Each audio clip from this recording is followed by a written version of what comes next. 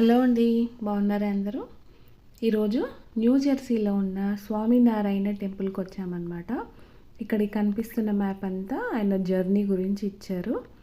చూడండి ఎంత పెద్ద విగ్రహమో. టెంపుల్ అయితే చాలా బాగుంది.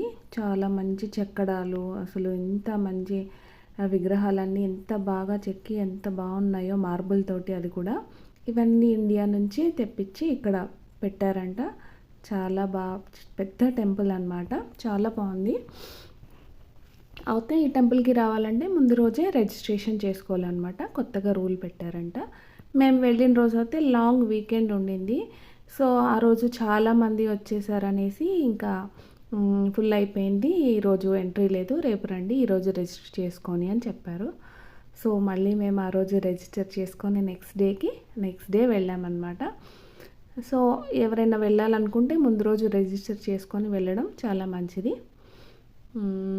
టెంపుల్ అయితే చాలా బాగుంది, చూస్తున్నారు కదా, చాలా పెద్దగా ఉంది. పెద్దవాళ్ళకి ఇదంతా నడవలేరనేసి వీల్ చైర్ కూడా ఇస్తున్నారు. చక్కగా పెద్దవాళ్ళకి వీల్ చైర్లో కూర్చోబెట్టుకొని తీసుకొని వెళ్ళి చూయించుకొని రావచ్చు. చూడండి ఎంత బాగుంది కదా. ఇవన్నీ దీపాలు పెట్టినట్టుగా ఉన్నాయి, ఎలక్ట్రిక్ అనుకుంటా, ఎప్పుడు వెలుగుతూ ఉన్నట్టుగానే కనిపిస్తున్నాయి అన్నమాట.